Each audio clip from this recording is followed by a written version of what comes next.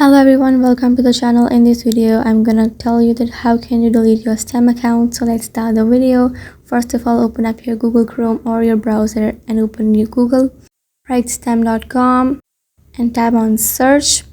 It will open STEM's website to you. You will see this interface. Now you have to tap on its services and manage.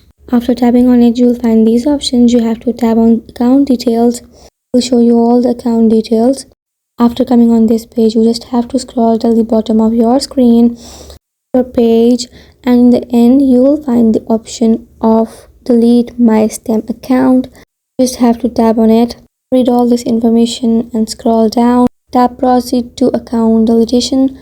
You just have to answer all these questions in terms to delete your account. After filling all this information, you have to tap on send.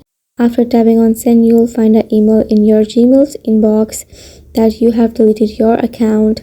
So you can check your Gmail inbox. By following these steps, you can delete your STEM account.